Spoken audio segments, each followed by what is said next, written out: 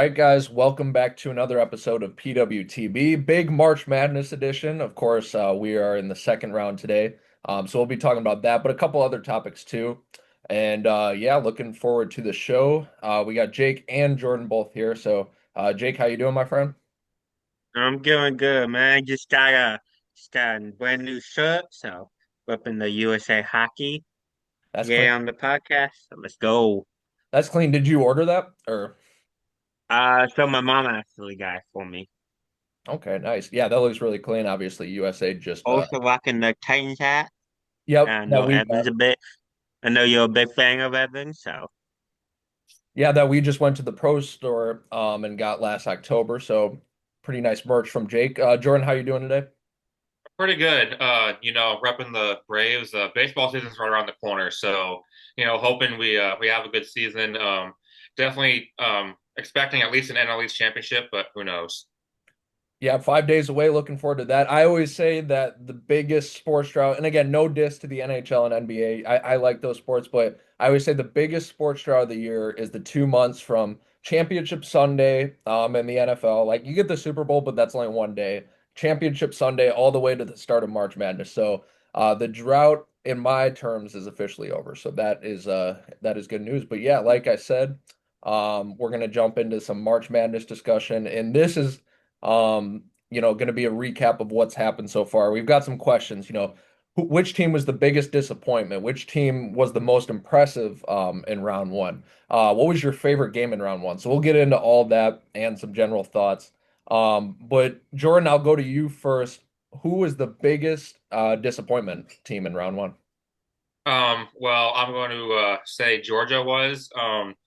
I'm not really disappointed in the fact that they lost, but it's how they lost. Georgia was down by as many as 40 at one point. They won on a 17-2 run to end the game and still lost by 25. Do you know how crazy that is? Just St. Louis is really good, but there is absolutely no reason UGA should ever be in that predicament. Jake, what about you? What is your biggest disappointment team? yeah, I think I honestly think it's Georgia too. I mean, you look at Georgia coming into this game, they were only you know, they were only 1.5 point favorites and they lose 102 to 77. You're supposed to keep it close and then, you get total blowout there. So I think Georgia's the most disappointing team for me. Yeah, you guys read my card. I'm also going to take Georgia for the reasons you said. Like Jordan said, it was a 25-point loss, but really like they were down by 40 at one point. St. Louis controlled the game most of the time. So I'll go with that. And then I guess an honorable mention, Georgia's definitely my one, but an honorable mention, I will say St. Mary's. They had a really good season coming from the West Coast Conference, only six losses all year. And it's not surprising that they lost. It was a 10 versus 7 matchup versus Texas A&M, but to only score 50 points against, Texas A&M is good, but they're not like an elite defensive powerhouse or something like that. So to only score 50 points when, you had like a 27-6 season, that's pretty disappointing. So they're a runner up, but yeah, I think the answer's got to be Georgia. Unfortunately, to Jordan. So moving on, what do you guys think was the most impressive team of round one?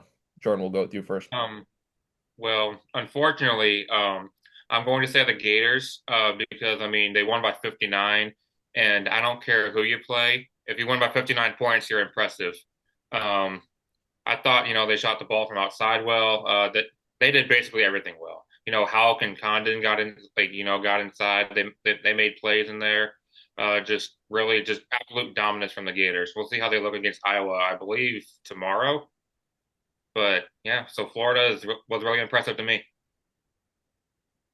Evan, Evan and Gordon, y'all gonna be shocked when I say this. My most impressive team was Prairie View A. Nah, I'm kidding. I'm joking. Um, No, my most impressive team was California Baptist, actually. I know they obviously lose. They cover, which I think is a good, which I think it makes them look good, especially against Kansas.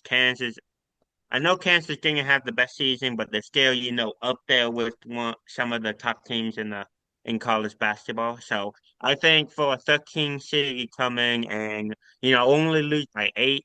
cover and hang around in there against the top four team. I think that's really good on Chris California Baptist.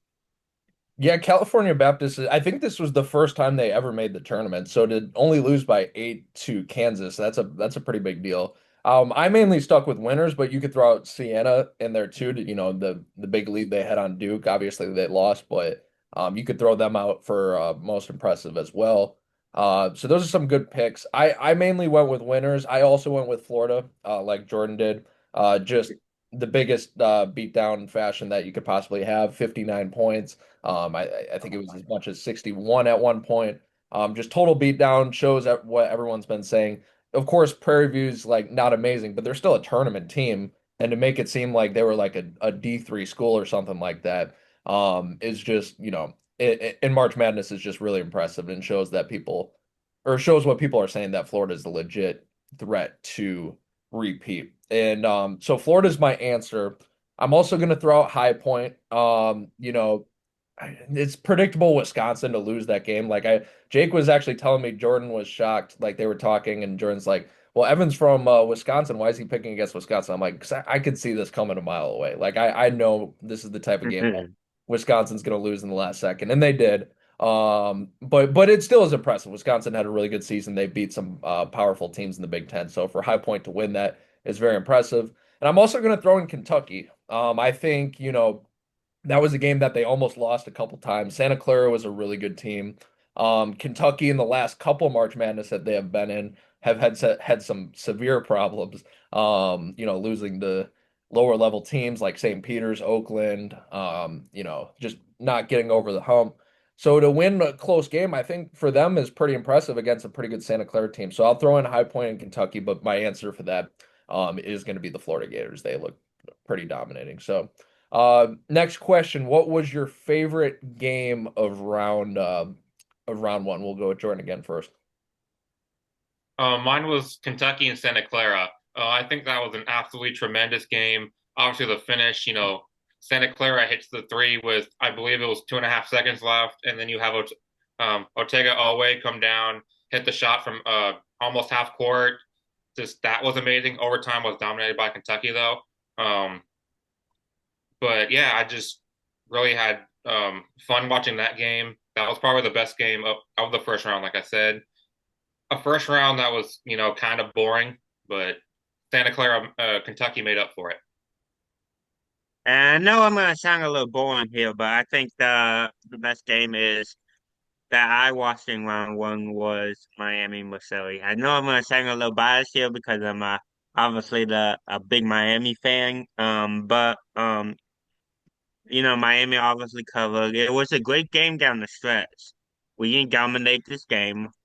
I knew we weren't. Missouri's a very good team.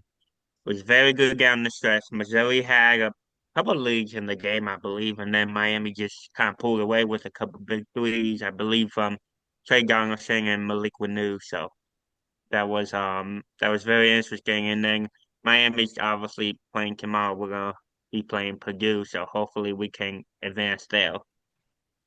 Yeah, I first of all, just answer the question. I will agree with Jordan. I'm gonna say Santa Clara and Kentucky, and I didn't get to watch a ton of round one. I'm gonna get to watch all of round two, thankfully, because it's the weekend. So looking forward to that, and we'll talk more about that in the preview topic, which we're also gonna do. So go check that out. Um, but I didn't get to watch a ton, but I did watch the earlier games each day, and I will agree with Jordan. I think it's Santa Clara versus Kentucky. That was an amazing game. That was the game that got me like texting in all caps to a couple chats. So especially right at that end. So I'm gonna go with that one. Impressive win for Kentucky, like I said. Although, did you guys see the Santa Clara coach was trying to call timeout, so they made their Yes. three with I think like 2.4 seconds or something like that to go. The Santa Clara coach is like timeout, timeout, timeout, but the ref's not even looking at him, and they nail the three. So what do you guys think about that? Um, I think that's kind of well, you know what I'm gonna think, but it's it's gonna be hard for me to, say it was rigged, but I mean, something like that makes me think a little bit was. Also, if you watch the clock, you would notice that Ortega Owe got like point 0.6 of a 0.6 of a second like start before the clock even started. and that was important because he released the ball with like zero point 0.3 seconds left. Oh, I didn't even see that. Yeah. I would I say rigged? No. Would I say mismanaged a little bit? Maybe. If you're a coach, like I guess like what you just got to get right in the ref's face without touching him, of course, because that's going to be problems. But you just got to get like right up there, just like tap out, tap out, tap out. Like what else are you gonna do, you know? So yeah, that was it. I mean, again, Kentucky played amazing. Santa Clara, tough break. So I'm not gonna say it was rigged, but maybe a little mismanaged. We'll give it that.